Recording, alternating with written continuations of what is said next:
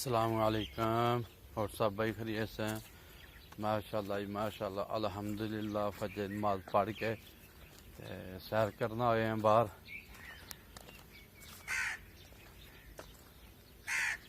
मौसम बहुत ज़्यादा फिर ख़राब हो गया।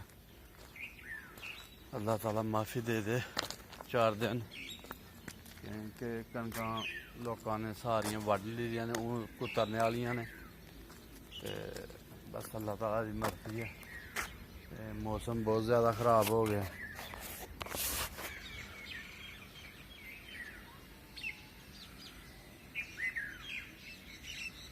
हर जगह ते बदल ही बदल नज़र आंदा पिया।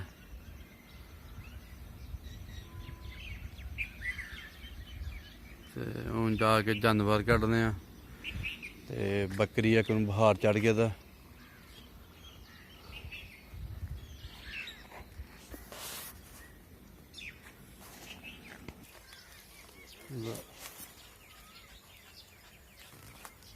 लो जी देखो बकरी बाहर कड्ढियां ने। सुबह सुबह ही बदल भी काफ़ी सारा आया था ते बकरी नूं बुखार बड़ा चढ़े दा। अज तीसरा चौथा दिन है। अल्लाह का शुक्र पट्ठे थोड़े थोड़े खान डई दी है।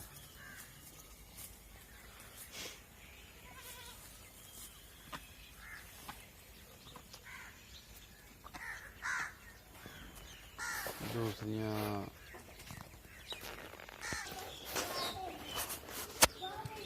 अल्लाह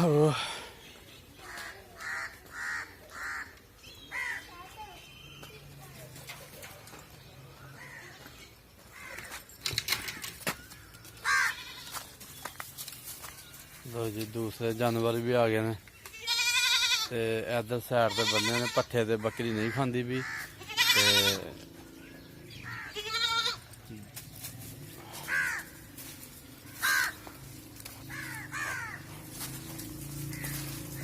तीन जानवर आ गए ने। वो भी बकरी सूई है तो फिर 3 होए ने। यकीन करो कि मेरे को 8-9 जानवर हो गए हैं तो तकरीबन सारे मर गए ने।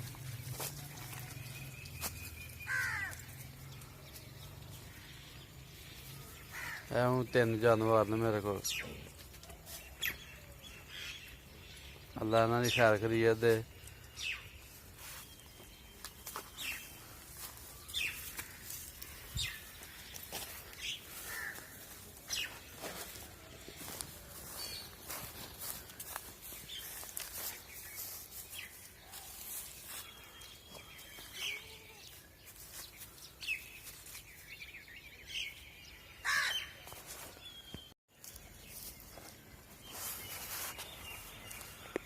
लो जी हूँ जानवर बाहर कढ़ ले ने ते इत्थे बंदे ने थोड़े जे। मैं चलो थोड़ा जा खब्बल घाह आया खाए सुबह सुबह ही। तरेल अज कोई नहीं पई थी। देखो सोकी गई है। जय शहजादी।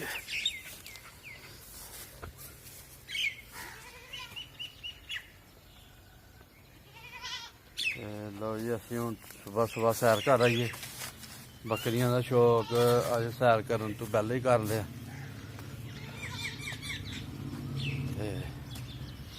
रानी ने साड़ी बजी दी इत्थे।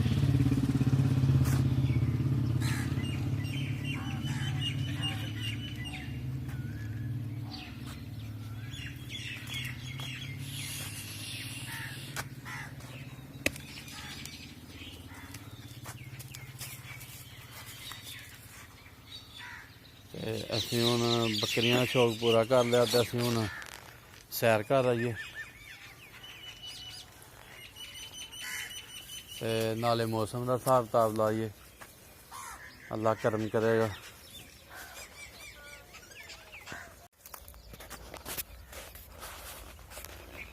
लो जी माशाल्लाह असी हूँ सैर कर लगे हैं ते मौसम काफ़ी ख़राब है। नेरी भी दसी दी है ते बारिश भी दसी दी है ते बहरहाल असी हूँ सैर कर लिए थोड़ा जा। ते कणकां वो लोकां दियां खड़ियां रह गई ने जिन्हां लोकां ने जानवर नहीं रखे थे। भड़ोले ना वढानियां ने ਇਹ ਲੋਕਾਂ ਦੇ ਜਾਨਵਰ ਕੋਈ ਨਹੀਂ, ਇਹਨਾਂ ਨੇ ਪੜੋਲੇ ਨੂੰ ਡੀਕਦੇ ਪਏ ਨੇ ਤੇ ਇਹ ਲੋਕਾਂ ਨੇ ਪੜੋਲੇ ਨਾਲ ਵਢਾਣੀਆਂ ਨੇ।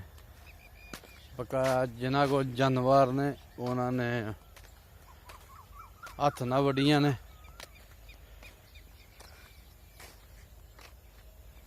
ਇਹ ਵੀ ਹੱਥ ਨਾਲ ਵੱਢਣੇ ਵਾਲੀ ਹੀ ਕਣਕ, ਪਰ ਉਹ ਪੜੋਲਾ ਡੀਕਦੇ ਪਏ ਨੇ ਕਿਉਂਕਿ ਇਹਨਾਂ ਕੋਲ ਵੀ ਜਾਨਵਰ ਡੰਗਰ ਵਗੈਰਾ ਕੋਈ ਨਹੀਂ।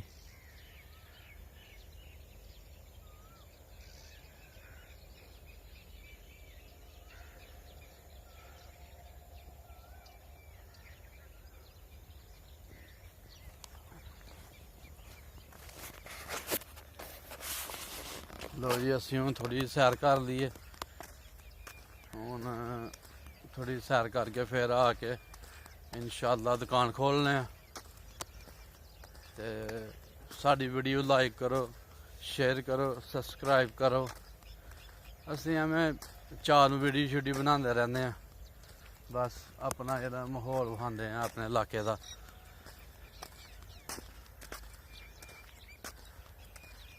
ਮਾਸ਼ਾਅੱਲਾ ਜੀ ਮਾਸ਼ਾਅੱਲਾ। ਇਹ ਦੇਖੋ ਮੌਸਮ ਸੁਬਾਹ ਹੋਰ ਖਰਾਬ ਸੀ, ਹੁਣ ਇਸ ਟਾਈਮ ਜਿਹੜਾ ਨਾ ਹੋਰ ਖਰਾਬ ਹੋ ਗਿਆ।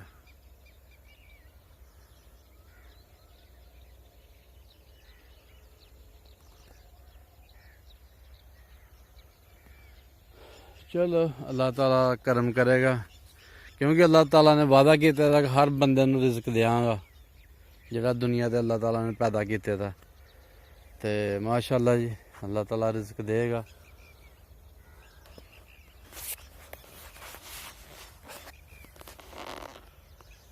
ठीक है, ਹੁਣ ਸਾਨੂੰ इजाज़त दवो, ਅਸੀਂ ਹੁਣ सैर साड़ी मुकम्मल हो गई है ਤੇ ਅਸੀਂ ਹੁਣ इंशाअल्लाह ਜਿਹੜਾ ਜਾ ਕੇ दुकान खोलन लगे हैं।